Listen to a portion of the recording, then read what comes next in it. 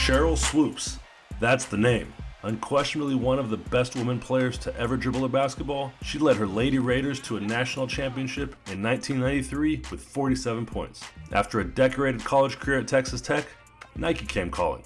Seeing a need for female representation on the basketball court and in the sneaker game, Nike knew who they wanted. They wanted the female Michael Jordan. When Nike first approached me and they said, well, we're thinking about designing a women's basketball shoe and we're thinking about naming it after you. It still didn't hit me. And then they said, we're thinking about calling it the Nike Air Swoopes.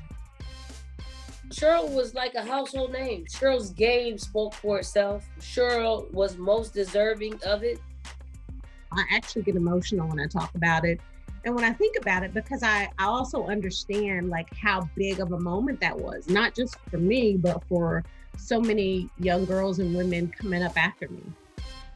At the time, less than a handful of NBA players had their own Nike signature sneaker. This was rare air. The Air Swoopes was born, and it was noticeably designed by a woman too, Marnie Gerber. To make the moment even better, the Air Swoopes would make its grand entrance on the biggest stage, the 1996 Atlanta Summer Olympics. I was in the locker room, like there's a box, the box says Air Swoopes on it. I was actually trying to hide the box from my teammates seeing it because I didn't know how they were going to react. So I waited until everybody was out of the locker room and I pulled it out and because I just wanted to take it in. So I open it, put it on, and I go out. Now the players knew about it, but they hadn't seen it on my feet. And they were sweet. Like the Air Swoopes were really good looking shoes. I just remember looking over thinking, man, like how cool is that? Like when she's pulling up the tongue on her shoe, it's got her name on it. Like, does it get better than that? It made it special for her and us. We got to share in the moment. That's like the one moment that really sticks out to me. I have all of my teammates who are just being very supportive and excited about it. And now I'm getting an opportunity to do something that's pretty special. And more than that, just getting an opportunity to represent for women. It was during the mid to late 90s that female basketball players signing big endorsement deals took off. Team USA went on to win gold in 96, and after the success of the Air Swoopes, the doors opened for Sheryl's Olympic teammates. Lisa Leslie signed with Nike and released her own signature shoe in 1998.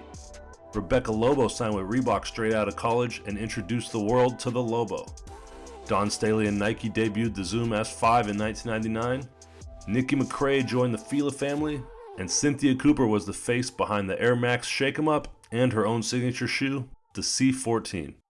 Sheryl Swoopes was the first, and I wanted to be the second. I wasn't the second, I wanted to be the third. Okay, then I said, you know what? Just put me, I want to be a part of the club. For Nike to celebrate my career by allowing me to be a part of this very exclusive group, I'm honored. It makes it even more special. What I remember is the first time walking by a Lady Foot Locker, because I think they were the exclusive place you could get the shoe, at least the first one. And I remember seeing like a banner in the Lady Foot Locker with a poster of me and just being like, man, that's really, really cool. After a decade-long drought in women's signature basketball shoes, the tides appear to be changing as brands are looking to reinvest in the women's game and create female-led products. Adidas has been signing more and more players to the three stripes. Under Armour launched their first women's Pacific hoop shoe, the Breakthrough. Jordan Brand recently revamped their roster, now touting nearly a dozen WNBA players signed to Michael's brand. And after signing with Puma in May of 2021, Breanna Stewart announced she will become the 10th woman to receive a signature shoe in the near future.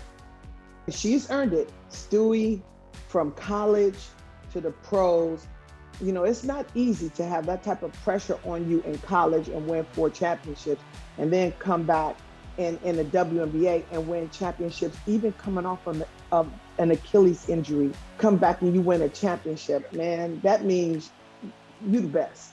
I'm just saying. Anytime you hear signature, I think that's like jaw-dropping, eye-opening, especially on the women's side. There haven't been many, the Air Swoopes a while back. So for Puma to kind of be able to respect me enough where they think that I deserve a signature shoe is something that's super exciting. When you're the first, you can never really top that, right? But I think it could even be bigger though, only from a standpoint of people now know about the WNBA, because then they didn't really know about it. And also with women not taking over the sneaker world, but with women being so much into sneakers, just like the men are, I could just see it being probably even bigger today than it was back in '95.